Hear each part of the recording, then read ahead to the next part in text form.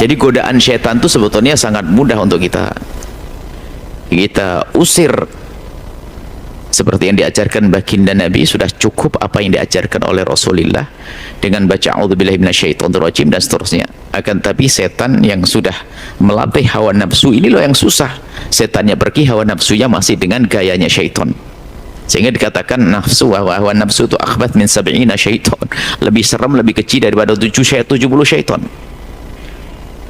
Syaitan sederhana, maka jangan terlalu bingung urusan syaitan, urusan sihir, urusan itu.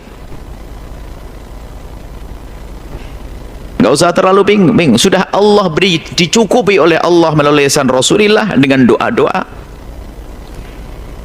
mengusir syaitan, mengusir sihir dengan baca ayat kursi, kemudian muawwidhataini, qul a'udzu birabbil falaq, qul a'udzu birabbin nas, selesai.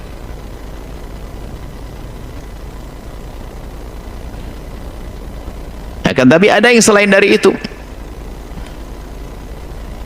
dari hawa nafsu kita khususnya, yang sudah bersekongkol dengan syaitan, terbiasa dilatih oleh syaitan untuk melakukan kehinaan, sehingga setan pun tidak ada, setan pun sudah diusir, akan tapi hawa nafsu masih biasa dengan kekejian, karena nafsu mengammarah bisu.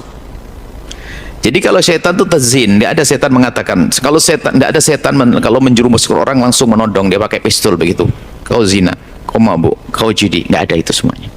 Makanya jangan terlalu pusing, syaitan masih sederhana.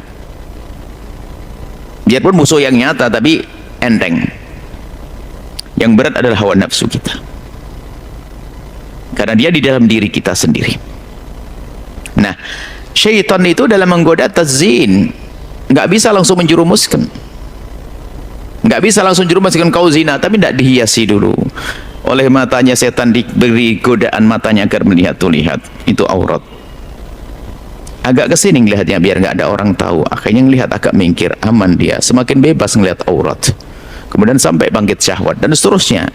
Coba kau telepon dia terus, akhirnya sampai melakukan zina. Itu kan tazis syaitan. Setan nggak ada langsung tampak dengan gigi taringnya yang tinggi itu mengatakan kau berzina, kau jaga kau bunuh, nggak ada itu.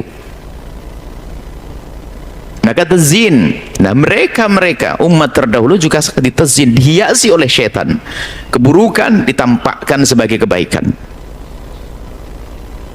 sehingga fazayyana lahumu syaitanu amalum, syaitan menghiasi amal-amal mereka yang busuk seolah-olah itu baik. Subhanallah. Maka kita harus waspada dengan tazyin syaitan.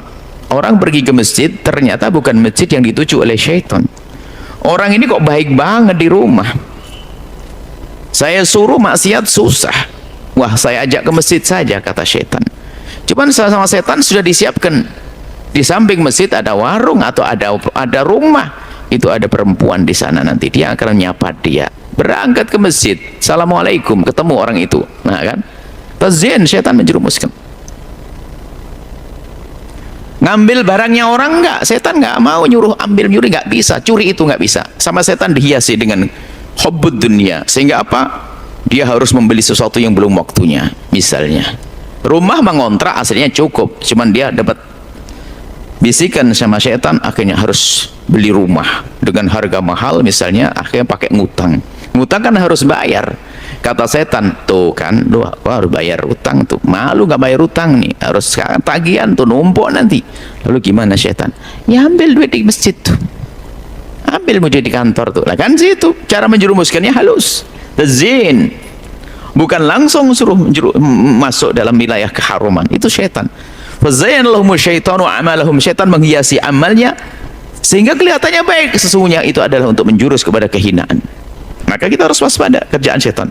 Fahuwa waliyuhum, dan setan itu akan menjadi waliyuhum, waliyuhum yang ngurusi mereka. Al-yawma, al-yawma ini adalah karena sesuatu yang sangat nyata, al-yawm di hari kiamat nanti. Maksudnya karena mereka mengikuti bisikan syaitan, maka yang akan menjadi penolong dia nanti di akhirat ya syaitannya itu. Sementara syaitan sendiri di akhirat nggak bisa nolong dirinya sendiri, bagaimana nolong orang lain? Maksudnya apa? Sengsaralah engkau.